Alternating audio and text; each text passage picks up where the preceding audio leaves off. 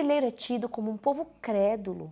De acordo com uma pesquisa divulgada pelo Datafolha, apenas 7% dos brasileiros estão satisfeitos com o movimento atual da política brasileira. Porém, mais de 71% deles acredita que, apesar da crise, é possível que o nosso país possa se reerguer.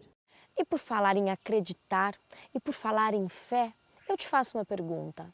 Onde é que você tem depositado a sua fé? Algumas pessoas a depositam em seus relacionamentos, na estabilidade das suas vidas financeiras e no seu trabalho, nos filhos, na política, como falamos, mas será que todos esses seriam itens dignos de receber a sua fé? O dicionário Michaelis afirma que fé é a convicção da existência de um fato ou da veracidade de alguma crença. Mas para o cristão, fé é acreditar no sacrifício que alguém fez em seu e meu lugar para que nós pudéssemos ser verdadeiramente livres. Hebreus 11:6 nos diz que sem fé é impossível agradar a Deus, porque quem vai a Ele precisa crer que Ele existe e que recompensa os que procuram conhecê-lo melhor. Mas qual seria o papel da fé efetivamente na salvação? Quem é que nos salva? É a nossa fé ou o Deus que faz com que tenhamos essa fé? Discussões como essa são muito importantes nos dias de hoje, mas também eram nos dias de Lutero. Havia uma questão muito importante sobre o papel da fé versus o papel das obras. Tanto é que uma das 5 solas, um dos 5 protestos que Martinho Lutero fez, foi justamente com base na fé. Sola fide, somente a fé. Este é o tema do programa Vida Mais Viva que começa agora.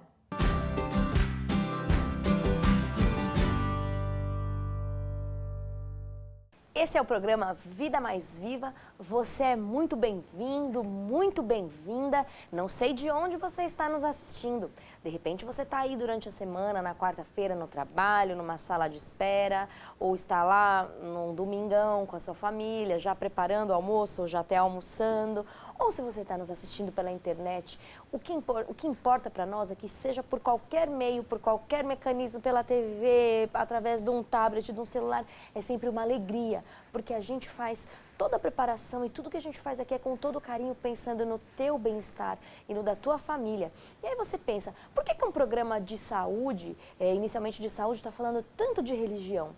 Porque justamente nós estamos bem interessados no teu bem-estar em todas as áreas da vida. E se você está bem na saúde, está bem no trabalho, etc., mas não tem esperança, uma das partes da tua saúde global fica prejudicada. Por isso que a gente fala disso aqui. A gente quer dar as melhores notícias para que você possa viver a sua vida com esperança, desejando o dia que a gente possa encontrar aquele que morreu por nós e através da graça, que a gente fala toda semana aqui, através da graça, nós podemos nos valer do sacrifício dele para que a gente possa viver a vida eterna e a eternidade no futuro. Eu sei que você já acompanhou isso durante, a gente fala em vários programas sobre esse assunto, e se você não sabe do que a gente está falando, como é que você pode ficar sabendo?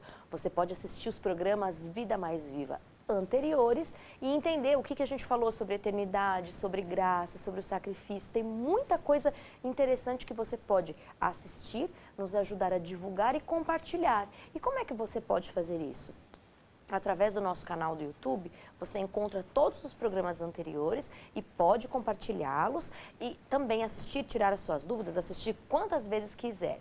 Nós temos também uma página no Facebook, você pode entrar, curtir e comentar.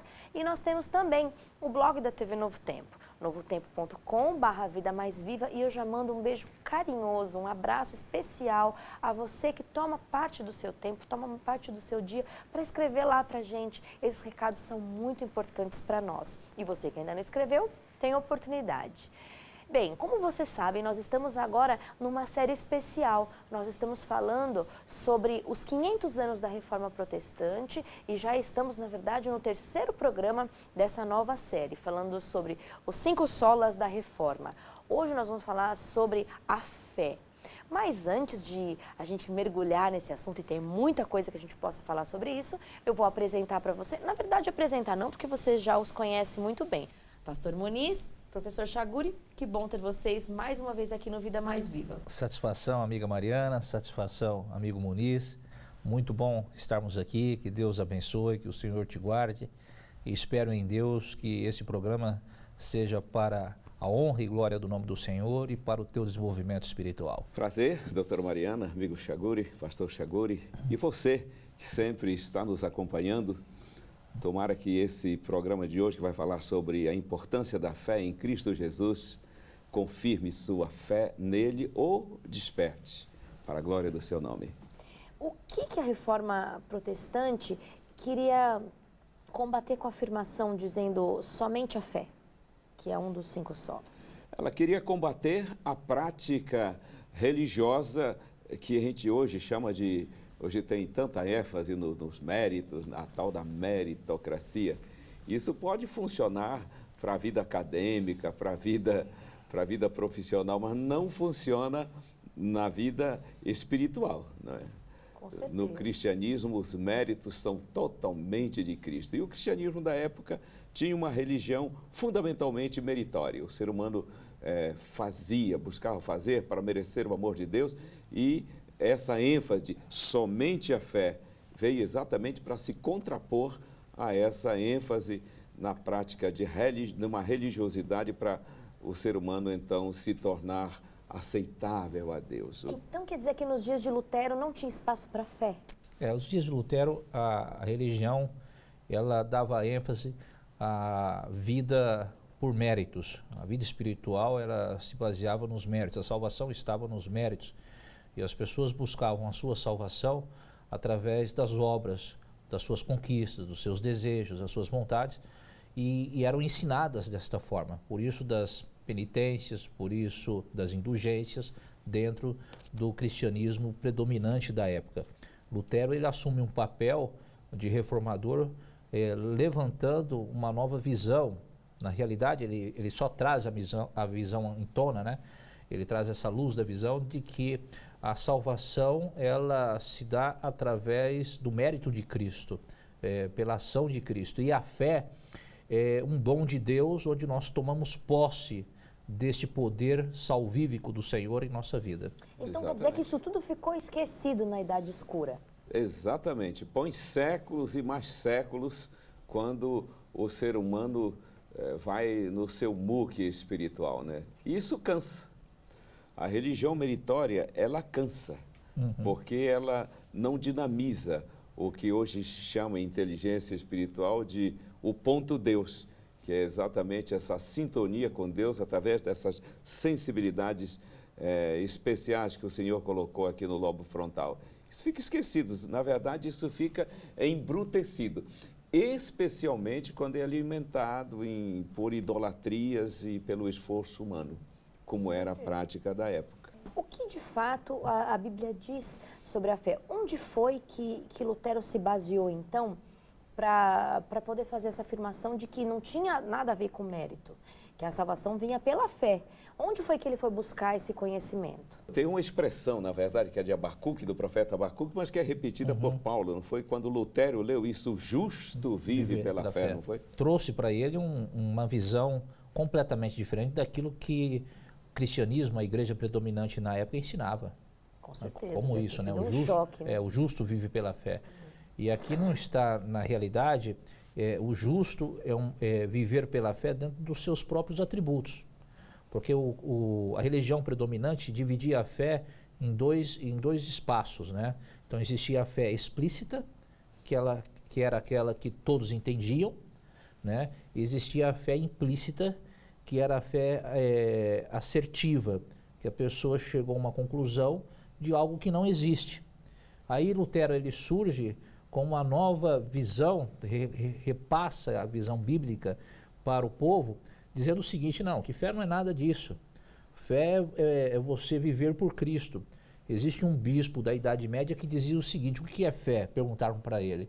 E ele falou o seguinte: fé é como o pecador que está se afogando, e aí vem o Senhor Jesus, dá a mão a este pecador, e este pecador aceita a mão de Jesus e ele é retirado da água e é salvo.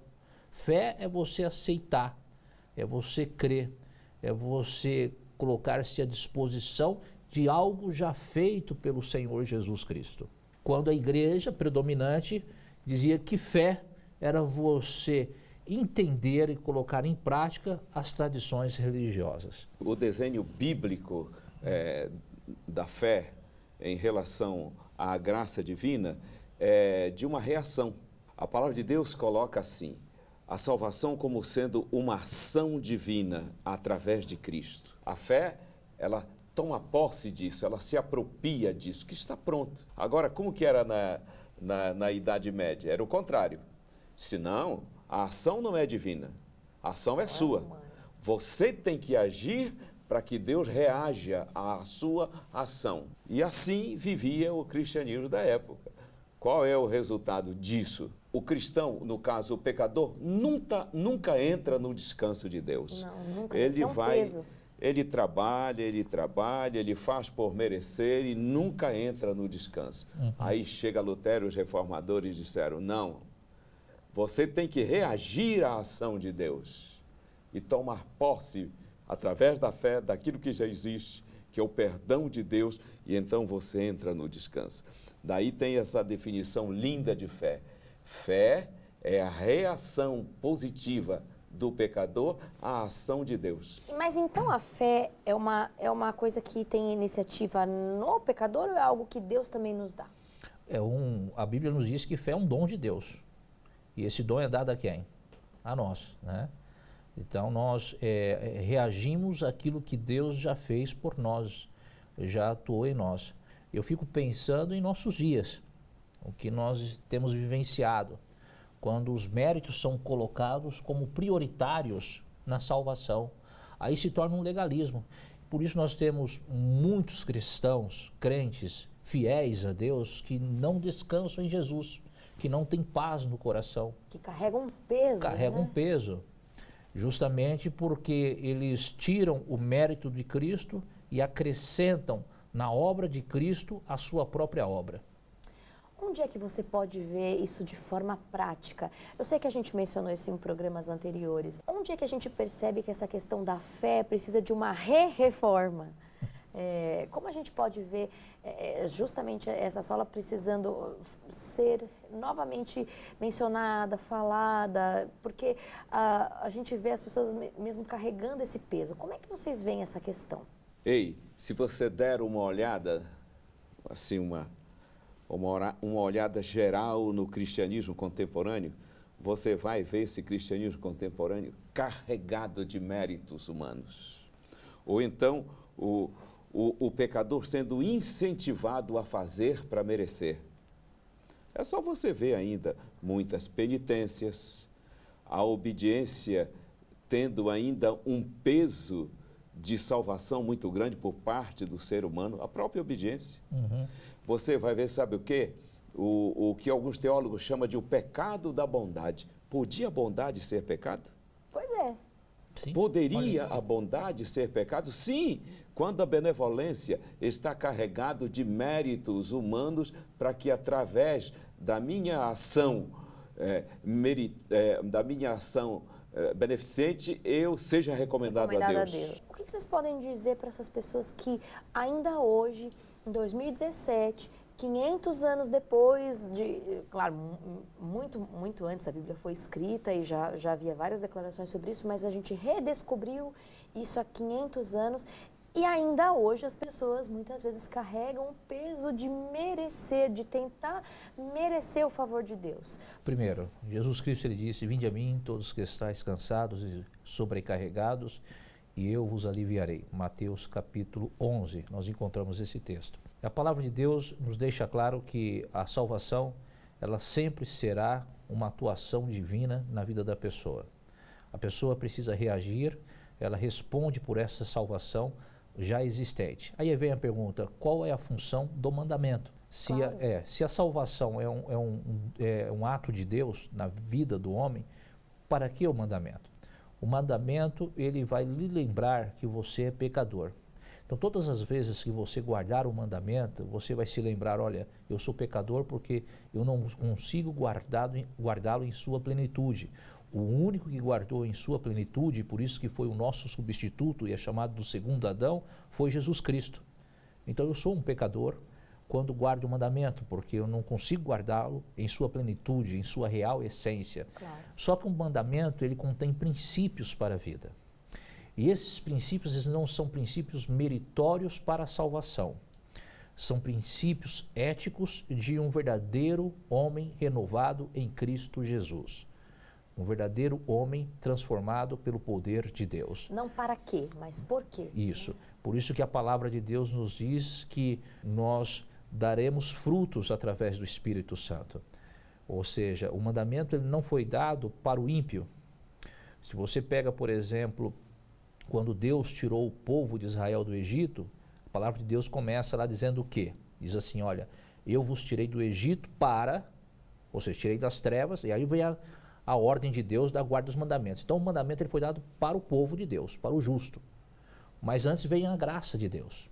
Tirou do Egito e trouxe agora, caminha com o povo para o reino do Senhor. Então essa é a visão. Então não faça da sua vida, a sua vida nesta terra religiosa um meio de salvação. Você já está salvo em Cristo Jesus. Aceite a salvação, isso é fé. Aceite o que Jesus já fez por você na cruz do Calvário. E sinta-se liberto, livre e viva essa salvação. E os resultados virão pela sua comunhão com o Senhor. Deus não pede obediência a todos, né? Deus pede obediência... Para quem lhe salvou. Exatamente. Para quem ele já Primeiro vem salvou. a salvação. E aquele a quem ele não salvou, não é obedeça. Para o ímpio, ele pede arrependimento e confissão de pecados. Com certeza. E você, professor Muniz, o que diria? Olha, por exemplo, aqui no capítulo 45, verso 22. Olhai para mim e sede salvos, vós todos os limites da terra, porque eu sou Deus e não há outro. O que nós vemos aqui? Nós vemos Deus chamando a atenção do pecador para fora dele, para fora do pecador. Qual era o problema da Idade Média? É que o cristianismo da época chamava a atenção do pecador para dentro dele, como faz hoje o quê? A nova era e correntes filosóficas nessa Deus, direção. Você é capaz, olha dentro de você, e a força luz. está dentro de você. Então, a palavra de Deus diz assim, olhe para mim, que você será salvo. Então, a fé, ela olha para fora de nós. Esse é o grande comando da fé. Olhar para fora de nós significa tomar posse de algo que é pleno, completo, não precisa de retoques. Aí vem Jesus Cristo em João 12, 32 e diz a mesma coisa. Ele diz, eu, quando for levantado da terra, quando quitar a dívida da humanidade, a dívida espiritual na cruz do Calvário, todos eu atrairei para mim. Então nós temos aqui essas duas passagens da Bíblia conceituando o que seria de fato o cristianismo e a vida espiritual prazerosa, de descanso, vitoriosa. Sabe qual é? Qual é? Centralizar a atenção em uma pessoa, centralizar a atenção em Deus, centralizar a atenção em Cristo. Sabe qual é a grande derrapada espiritual do ser humano? Quando ele centraliza a sua atenção em religião. Ou quando ele centraliza a atenção em doutrinas, que são importantes, mas não são essenciais. Existe um ponto em torno do qual todas as doutrinas têm que gravitar. Cristo, nossa justiça, nosso perdão, Cristo, a nossa paz. Eu não tenho a mínima dúvida que os currais religiosos hoje do cristianismo concentram a atenção do pecador em cima de religião. E não de Cristo. E não de Cristo. O indivíduo acha que chegou numa comunidade, pronto, agora... E pode ser que não tenha chegado a Cristo. Ou então em cima de doutrinas, concentrou a mente em doutrinas, ele não vai ter alicerce. Porque comunidade, doutrinas, são o terreno periférico da parábola. A estaca da árvore tem que chegar na rocha, que é Cristo. Ah, mas quando eu olho para Ele, quando eu vou a Ele, eu encontro então o descanso que Ele tem me a oferecer pela entrega do seu perdão ao meu coração arrependido. É isso que eu gostaria de destacar em relação à fé. A fé olha para fora dela, olha para o seu Redentor, olha para Jesus Cristo. E então, quando olhamos para Cristo, aí sim, a comunidade e as doutrinas tem um significado especial. A sua comunidade religiosa. Sabe o que é religião? É o canal por onde eu escolho vivenciar a minha espiritualidade. Religião não é essencial. Essencial é ter chegado a Cristo Jesus. Você chegou a Cristo como um bom católico, como um evangélico, chegou a Jesus Cristo como um espírita. Então aí você vai ver qual é a vontade dele para a sua vida, para a nossa vida. Mas quem chegou a Cristo, chegou no descanso. Encontrou o que precisava. E esse é o papel da fé. A fé olha para fora. E quando ela olha para fora, ela encontra a cruz do Calvário sorrindo para ela. Aí que fica leve. Aí fica leve. O peso vai embora. Exatamente. A fé, ela realmente é muito destacada. Mas ela em si tem mérito de salvação? Não, a fé não tem mérito, né? O mérito é total da cruz. É a atitude de Deus na vida do homem. É o Senhor fazendo pelo homem aquilo que o homem não foi capaz de fazer. A fé, ela é um instrumento que Deus nos dá para que tomemos posse daquilo que já existe, a salvação. Então, Entendi. é como, por exemplo, você vai resgatar alguém para ser salvo, essa pessoa agora decidirá ser salvo ou não. E qual é o processo para o resgate? É a sua disposição de dar a mão e tirá-la daquele local. A fé é isso. A fé é a disposição que Deus nos concedeu para que tomemos posse de algo que Deus já fez por nós, já efetuado, já fez por nós na cruz do Calvário. Agora, vendo o que o Muniz falou sobre essa visão meritória existente no cristianismo, na religião, isso é drástico, é terrível. A estrutura religiosa, às vezes, leva o crente a viver uma religião e não uma religiosidade.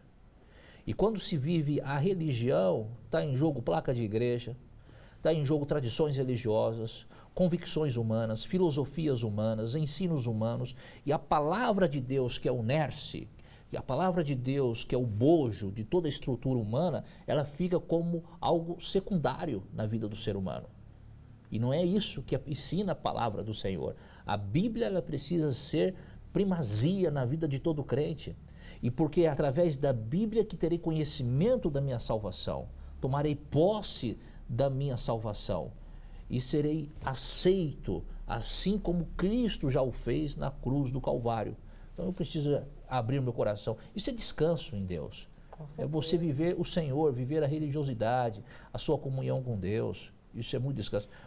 Pode falar. Uma vez meu filho falou assim: pai, por que é necessário ir à igreja? Eu falando com ele sobre isso, amigo Muniz, eu disse para ele o seguinte: a igreja, você vai, não é porque lá você terá a salvação, mas você vai por um simples motivo. Primeiro, motivo é que você tenha a sua convicção de religiosidade colocada em prática na sua adoração para com Deus.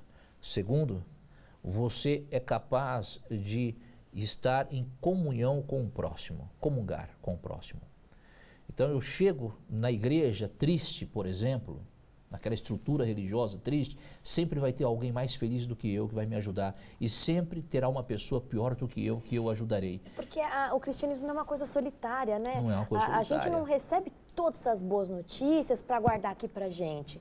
A gente sabe de tudo isso. É como se fosse Cristo um vaso que enche a gente, Cristo a água que enche o vaso e a gente transborda e enche outros, né? E outros que enchem outros. É uma coisa para partilhar, né? Não é para guardar. O que eu quero dizer é que religião é importante, com certeza. mas a religião não nos salva. Com certeza. Né? O que salva é Jesus Cristo. Ele é o nosso Salvador. A fonte da nossa salvação é a graça, tudo o que aconteceu em Cristo Jesus. O meio da salvação foi o sangue derramado dele. E o método para se apropriar disso, então, é a fé. A fé é tão somente o método, ela não tem mérito nenhum. É por isso que não existe expressões do tipo, somos salvos pela fé. Isso não existe. Nós somos salvos pela graça. Uma vez eu vi o título de um sermão assim, a fé que salva. Oxi. A fé salvadora. Isso não existe. Não existe mérito na fé. existe mérito na graça, que é o próprio Jesus Cristo. A fé é tão somente a mão que recebe o dom de Deus. Aquilo que está escrito em Abacuque, o que é o justo viver pela fé? Uma palavrinha de cada um e aí a gente continua no próximo programa. Ok. Na Bíblia, a fé, ela traz esse sentimento de segurança para a gente, por aquilo que Cristo já nos fez, né? Quando a Bíblia fala que o justo viverá pela fé, não é viver dentro de um sentido da vontade humana, mas é viver dentro do objetivo de Deus para a nossa vida. Com certeza. E qual é o objetivo de Deus para a nossa vida? A nossa salvação. Olha só, Colossenses 2,6 diz assim: assim como recebestes o Senhor Jesus, assim também andai nele. Como é que recebemos? Pela fé. Como temos que andar? Pela fé. A fé que recebeu foi passiva, só tomou posse da graça. A fé que vive é ativa. É uma fé que se reproduz em obras, é isso. O que é viver pela fé? Viver pela fé é viver em obediência. Viver pela fé é viver reproduzindo na vida. Receber e passar. E mais que isso, é assumir a ética divina, é balizar a vida pela santa lei de Deus. Isso é viver pela fé. É uma fé ativa, uma fé prática, uma fé que opera em nós obras e comportamentos que glorificam o nome de Deus. Amém. Com certeza. Muito obrigada por estar aqui mais uma vez, doando o seu tempo e o conhecimento de vocês para nós todos e até o próximo programa. E a você, eu gostaria de deixar umas poucas palavras. Quando eu comecei a dirigir, eu me lembro que eu ficava primeiro olhando sempre a rua e na medida que eu acelerava eu ficava apavorada porque a rua vinha passando cada vez mais rápido, assim, mais rápido para baixo do carro e aquilo me apavorava. Eu falei, gente, eu nunca vou conseguir dirigir. Até que um dia o instrutor falou para mim, você não tem que ficar olhando a rua, olha para frente, olha para o horizonte e aí você não vai ter medo. E o que eu digo para você é hoje, se você olhar de verdade para Cristo, porque ele fala, como a gente falou no programa, quando eu for levantado da terra, todos atrairei a mim, você vive leve. Hoje, coloque os seus olhos, a sua ótica em quem deve estar. Coloque os seus olhos em Cristo. E aí, esse peso daqui das costas vai embora. Fique com Deus e até o próximo programa.